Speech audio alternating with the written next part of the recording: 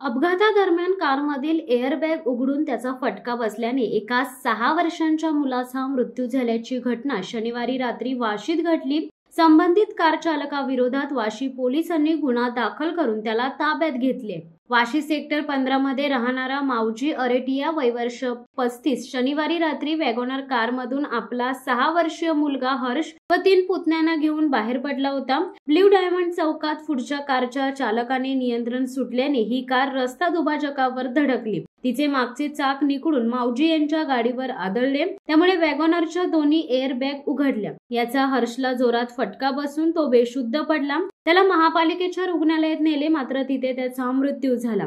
दरम्यान हर्षला कोणतीही बाह्य दुखापत झाली नाही। मानसिक धक्का आणि रक्तस्रावामुळे त्याचा मृत्यू झाल्याचा डॉक्टरांचा संशय आहे। SUV driver cosmetic surgeon doctor Vinod Pachade वय वर्ष 40 यांच्या विरोधात रॅश आणि निष्काळजीपणे ड्रायव्हिंग केल्याबद्दल FIR दाखल करण्यात आली आहे।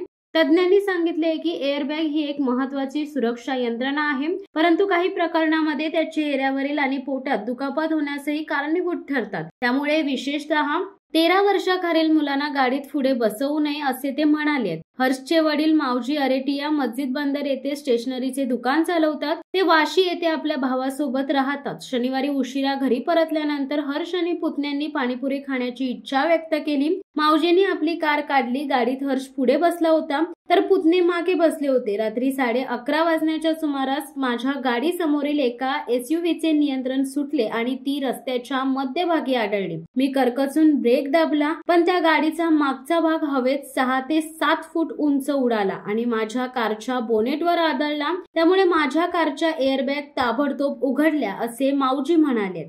शिवसत्ता टाइम्स न्यूज ब्युरो वाशी। दे धडक बेधडक वृत्त देणाऱ्या आपल्या शिवसत्ता टाइम्स न्यूज चॅनलला लाल बटन दाबून सबस्क्राईब करा आणि बेल आयकॉनला क्लिक करायला विसरू नका।